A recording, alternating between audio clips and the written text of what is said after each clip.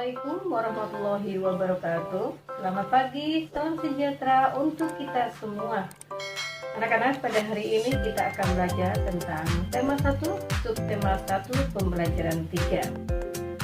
Nah, sebelum kita belajar, silakan kalian siapkan dulu buku dan alat tulisnya.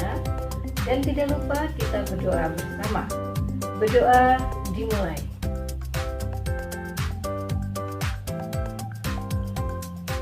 Kita mulai belajarnya, yaitu tentang tema 1, subtema 1, pembelajaran 3. Pada pembelajaran 3 ini, yaitu akan dibahas tentang perkembangbiakan. Nah, sebelumnya pada padi, umbi-umbian, sayuran, dan buah-buahan yang kamu makan ini membuat tubuh kita sehat. Nah, selain itu, kamu juga akan memiliki cukup energi untuk melakukan aktivitas. Akan tetapi, makanan yang kamu makan saja tidak cukup. Jadi, harus perlu olahraga untuk membuat badan kamu sehat dan kuat, ya. Nah, di sini nanti ada beberapa cara olahraga yang sederhana, ya, supaya badan kita tetap sehat dan stamina kita juga tetap terjaga, ya. Kita melakukan olahraga. Nah, selain tumbuhan yang berkembang biak dengan cara generatif, juga ada perkembangbiakan dengan cara vegetatif. Nah, ini ya, bagaimana cara perkembangan disebut dengan vegetatif. Nah, di contohnya di sini ada beberapa buah, atau contohnya adalah nanas. Ini berkembang biak dengan cara vegetatif. Jadi pembibitan tunasnya dapat dilakukan untuk perkembangbiakan. Kemudian juga ada bawang merah, ini memiliki bentuk berlapis yang tengahnya nanti akan tumbuh tunas, ya. Jadi umbi lapis ini terdiri atas daun yang tumbuh melapisi batang dan membengkak di dalam tanah. Kemudian ada pohon pisang. Jadi pohon pisang berkembang biak juga dengan cara membentuk anak pisang atau yang disebut dengan tunas. Di sini ada perkembangbiakan secara vegetatif, adalah cara berkembang biak suatu makhluk hidup yang terjadi tanpa melalui perkawinan. Jadi makhluk hidup ini baru tumbuh berasal dari induknya. Nah, salah satunya adalah tanaman. Di sini ada contoh, ya, wortel. Ini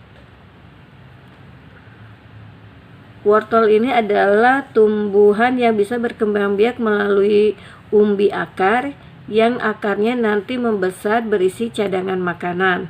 Jadi jika umbi ini ditanam bersama dengan pangkal batang, maka akan tumbuh tunas. Nah, tunas tersebut ini merupakan tumbuhan baru. Ya, kemudian di sini ada beberapa contoh, ya. Nah, di sini nanti kalian bisa menyebutkan nama tanaman, kemudian cara berkembang biaknya dengan cara apa. Kemudian di sini nanti bisa kalian tuliskan keterangannya, ya. Misalnya saja kalau kita tulis tanaman cecer bebek, ya. Cara berkembang biaknya yaitu dengan stek daun. Kemudian keterangannya, stek daun ini termasuk ke dalam vegetatif buatan. Kemudian ada bougainville, ya. Ini dengan stek batang. Nah, stek batang ini termasuk juga vegetatif buatan. Kemudian ada tanaman bakung, yaitu cara berkembang biaknya dengan umbi lapis. Nah, umbi lapis ini termasuk ke dalam vegetatif alami. Kemudian ada nanas. Ini juga cara berkembang biaknya dengan tunas. Dan tunas ini termasuk ke dalam vegetatif alami. Kemudian ada tanaman sukun, ya, yang udah langka, dan cara berkembang biaknya yaitu dengan tunas adventif akar. Dan tunas adventif akar ini termasuk ke dalam vegetatif alami. Nah, kemudian di sini ada, tulislah, ya, manfaat dari perkembangbiakan secara vegetatif. Nah, bisa nanti kalian tuliskan manfaat dari perkembangbiakan secara vegetatif. Misalnya di sini yaitu menghasilkan tanaman anakan yang sama persis dengan induknya. Kemudian lebih cepat menghasilkan buah dibanding perkembangbiakan generatif, dan buah yang dihasilkan memiliki rasa yang sama dengan induknya, juga dapat menyilangkan tanaman dan memperbaiki kualitas tanaman. Nah, itu manfaat dari perkembangbiakan secara vegetatif. Nah, di sini perhatikan ya, ada tanaman ya, ini adalah untuk melestarikan tumbuhan, itu merupakan salah satu wujud rasa syukur kita kepada Tuhan Yang Maha Esa. Nah, di sini ada bacaan yaitu tentang tumbuhan sumber kehidupan.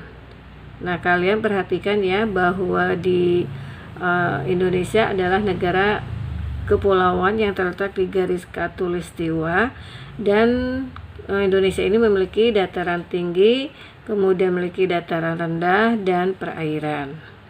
Jadi dataran rendah yaitu adalah dataran yang memiliki ketinggian 0 sampai 200 meter di atas permukaan laut.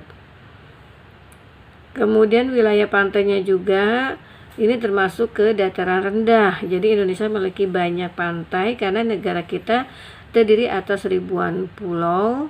Kemudian tumbuhan di wilayah pantai adalah contohnya kelapa, kemudian bakau dan ganggang. Kemudian dataran tinggi yaitu dataran luas dengan ketinggian lebih dari 200 meter di atas permukaan laut. Nah, di Indonesia juga ada beberapa dataran tinggi ya, yaitu dataran tinggi Dieng yaitu di Jawa Tengah, kemudian dataran tinggi Malang, dan dataran tinggi yang ada di Jawa Timur ya. Nah, kemudian juga selain itu jenis tumbuhan di dataran tinggi adalah contohnya teh, kopi, kemudian cengkeh, dan buah-buahan, juga sayur-sayuran. Nah, di sini ada diagram yang perlu kalian isi ya, yaitu tentang informasi atau ide pokok yang ada dalam bacaan di atas tadi. Nah, paragraf pertama, apa ide pokoknya? Contohnya ide pokoknya tadi setelah kita baca bahwa Indonesia adalah negara kepulauan. Kemudian untuk paragraf keduanya, kira-kira apa ya? Yaitu dataran rendah adalah dataran yang berada di ketinggian 0 sampai 200 meter di atas permukaan laut. Kemudian untuk paragraf ketiganya, yaitu wilayah pantai termasuk dataran rendah. Dan untuk paragraf keempat, bahwa dataran tinggi adalah dataran luas dengan ketinggian yaitu 200 meter di atas permukaan laut. Kemudian untuk paragraf kelima, yaitu menentukan jenis tumbuhan lain yang terdapat di dataran rendah dan dataran tinggi. Nah, jadi setelah kamu isi tadi paragraf ya atau diagram yang tadi, di sini nanti kalian bisa menuliskan ya isi dari hasil diskusi kalian dengan teman kalian.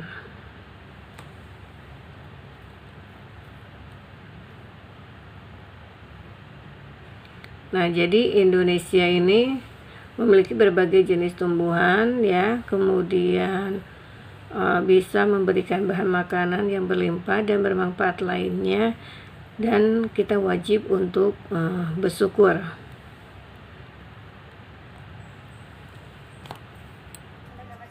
Untuk belajar hari ini dicukupkan sampai di sini. Mudah-mudahan apa yang dijelaskan mudah-mudahan kalian paham dan bermanfaat untuk kalian semua. Kita jumpa lagi dengan pelajaran yang lain. Tetap semangat, tetap belajar. Assalamualaikum warahmatullahi wabarakatuh.